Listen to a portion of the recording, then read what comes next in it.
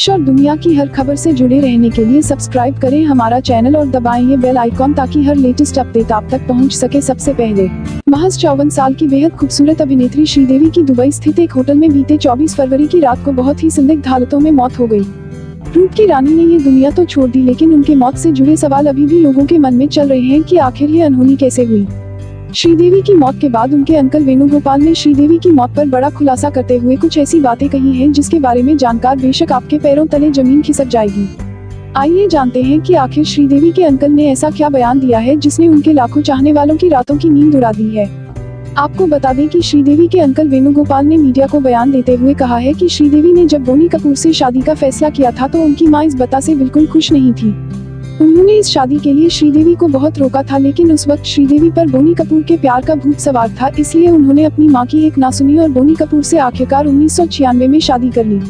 वेणुगोपाल का कहना है कि श्री की मां इस शादी से इसलिए खुश नहीं थी क्योंकि वो नहीं चाहती थी कि उसकी बेटी किसी आदमी की दूसरी पत्नी बनकर रहे, लेकिन जब इंसान प्यार में होता है तो उसे अच्छे बुरे की समझ ही कहाँ होती है। उन्होंने अपने परिवार के अन्य सदस्य से भी बात की थी, लेकिन श्रीदेवी ने किसी की एक ना सुनी और चोरी छुपे बिना घरवालों को बताए बोनी से शादी कर ली। बता दें कि श्रीदेवी की मां उनके इस फैसले से इतनी नाराज थी कि अब शादी के बाद श्रीदेवी बोनी कपूर के साथ अपने मायके जाती थी तो उनकी मां उनसे बहुत ही बुरा बर्ताव करती थी। उन्हें बोनी कपूर श्रीदेवी के लिए बिल्कुल पसंद नहीं थे।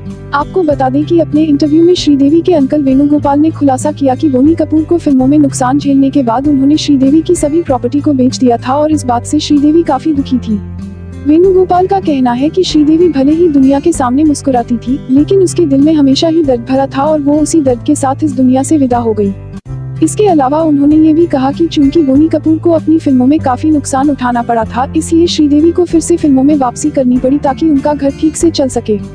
वेणुगोपाल ने श्रीदेवी की जिंदगी से जुड़े कई पहलुओं पर से पर्दा उठाते हुए कहा कि वाकई में श्रीदेवी को खूबसूरत दिखने का बहुत शौक था। वो हमेशा सुंदर दिखना चाहती थी और इसलिए उन्होंने कई बार अपने नाक की प्लास्टिक सर्जरी भी करवाई थी।